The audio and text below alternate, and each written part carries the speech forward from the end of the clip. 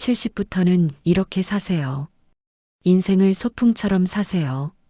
짐을 내려놓고 천천히 걷고 둘러보며 가세요. 그게 가장 최고로 사는 겁니다. 그런데요, 많은 분들이 이 말을 들으면 이렇게 생각합니다. 그게 말처럼 쉬운가? 지금까지 이렇게 살아왔는데 이제 와서?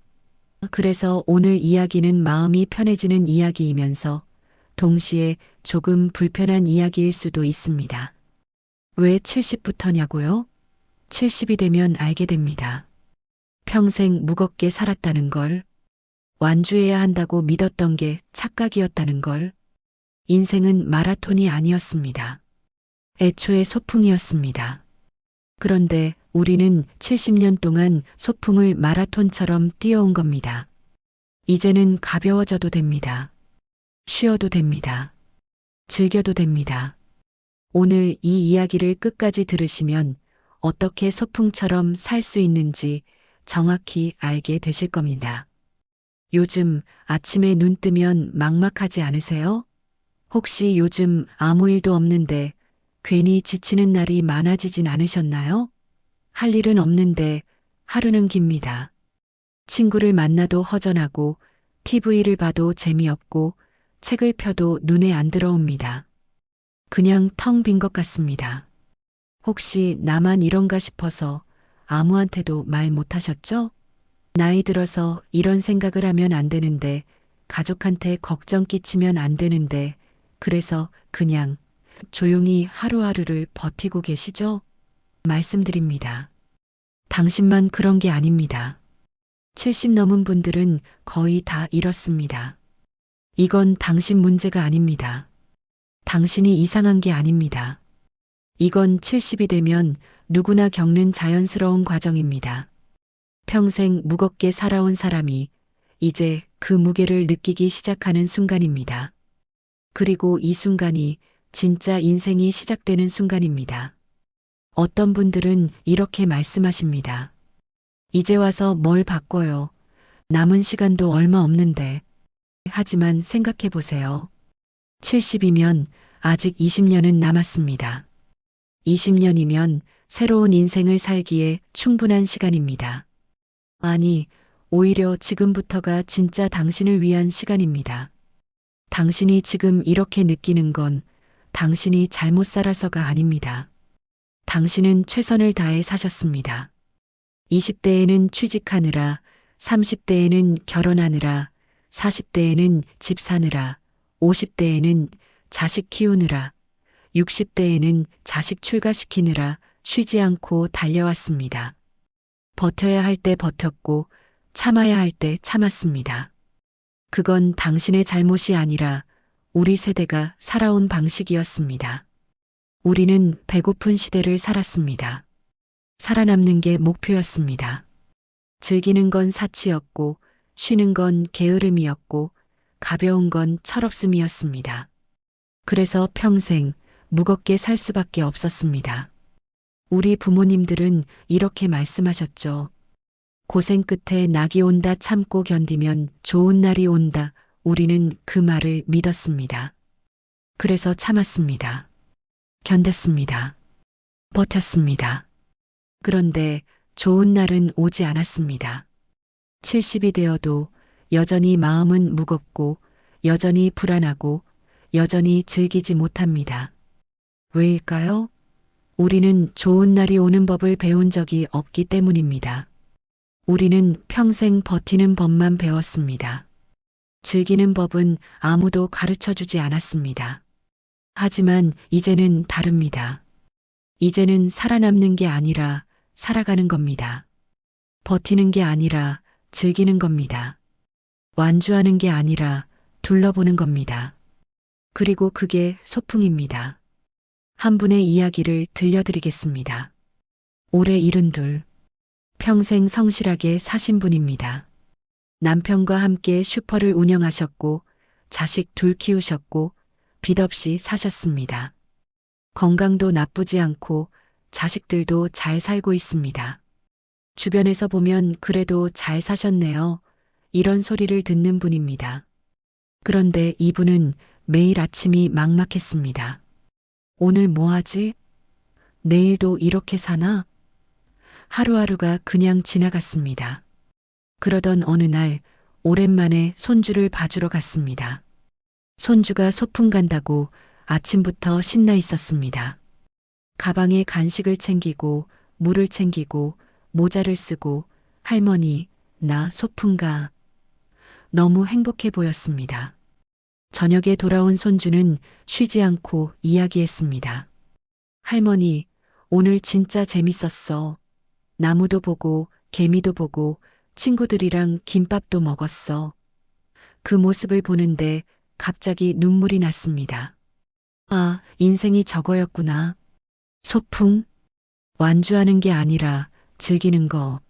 무거운 짐 들고 가는 게 아니라 가볍게 둘러보는 거. 빨리 가는 게 아니라 천천히 가는 거. 그날 밤 이분은 결심했습니다. 나도 이제 소풍처럼 살아보자. 그리고 조금씩 변화를 시작했습니다. 자식한테 전화를 덜 했습니다. 돈 계산을 그만뒀습니다. 만나기 싫은 사람을 안 만났습니다. 그랬더니 신기하게도 마음이 가벼워지기 시작했습니다. 그럼 어떻게 소풍처럼 살까요? 첫 번째, 짐을 내려놓는 겁니다. 평생 쥐고 온 것들, 버리지 못한 것들, 놓으면 안 될 것 같았던 것들, 이제 내려놔도 됩니다. 자식 걱정부터 내려놓으세요. 자식들은 이미 다 컸습니다. 알아서 살 수 있습니다. 당신이 걱정한다고 자식 인생이 바뀌지 않습니다. 오히려 당신이 걱정을 내려놓으면 자식들도 편해집니다. 엄마 아빠는 이제 우리 걱정 안 하시네. 그럼 우리도 편하게 살아야지. 이렇게 됩니다. 사실 우리는 자식을 위한다면서 자식에게 필요한 게 아니라 내가 필요해서 붙잡고 있었던 건지도 모릅니다.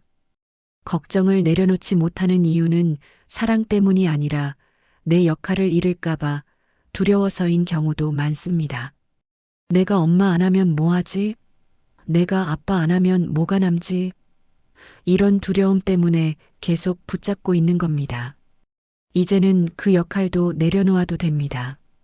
당신은 엄마이기 전에, 아빠이기 전에 한 사람입니다. 그 다음 돈 걱정을 내려놓으세요. 더 모으려고 하지 마세요. 지금 있는 걸로 사세요. 70 넘어서 돈 모으는 건 짐을 더 무겁게 만드는 겁니다. 쓸 돈은 쓰세요. 먹고 싶은 거 사 먹고, 가고 싶은 데 가고, 사고 싶은 거 사세요. 아껴서 뭐해? 지금 안 쓰면 언제 써? 이 말이 맞습니다.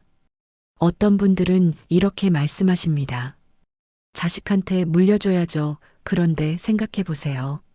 자식들이 정말 원하는 게 당신의 돈일까요? 아닙니다.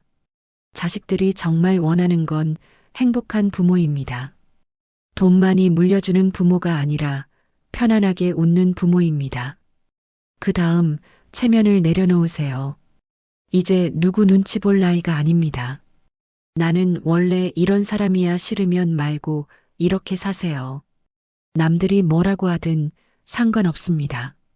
70이 넘으면 당신을 판단할 자격 있는 사람은 아무도 없습니다. 그리고 마지막, 관계를 정리하세요. 만나면 피곤한 사람, 만나도 재미없는 사람, 의무적으로 만나던 사람, 이제 안 만나도 됩니다. 나이 들수록 사람이 적어지는 게 외로운 게 아니라 오히려 편한 일이다. 이걸 아는 게 70의 지혜입니다. 두 번째, 천천히 가는 겁니다. 소풍은 빨리 가는 게 아닙니다. 아침에 일어나면 급하게 움직이지 마세요. 창문을 열고 바람을 느끼고 하늘을 보세요. 오늘은 어떤 날씨인가? 구름은 어떻게 흘러가는가? 새들은 어디로 날아가는가? 그냥 보세요. 커피를 천천히 마시세요. TV를 켜지 말고 그냥 앉아 있으세요. 아무것도 안 하는 시간, 이게 소풍의 시작입니다. 평생 무언가를 하며 살았습니다. 이제는 아무것도 안 해도 됩니다. 그냥 앉아 있어도, 그냥 멍 때려도 그냥 창밖을 봐도 됩니다. 그게 쉬는 겁니다. 그 다음 산책을 하세요. 목적지 없이 그냥 걸으세요.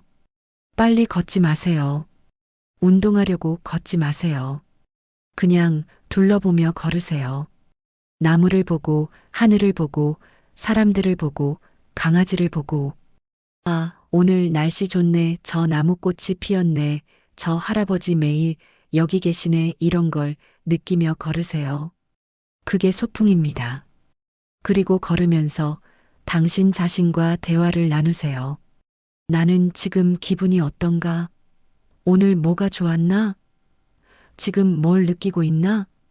평생 남들하고만 대화했습니다. 이제는 당신 자신과 대화를 나눠보세요. 그리고 밥을 천천히 드세요. 급하게 먹지 마세요. TV 보면서 먹지 마세요. 한 숟가락 한 숟가락 맛을 느끼며 드세요. 오늘 밥이 맛있네, 이 반찬 잘 만들었네, 이렇게 느끼며 드세요. 70 넘어서 하는 식사는 그냥 배를 채우는 게 아니라 하루를 즐기는 시간입니다. 그리고 저녁에는 일찍 쉬세요. 할 일이 없으면 안 해도 됩니다. 그냥 누워 있어도 됩니다. 창밖을 봐도 됩니다. 눈을 감고 있어도 됩니다. 아무것도 안 하는 시간, 이게 70의 특권입니다.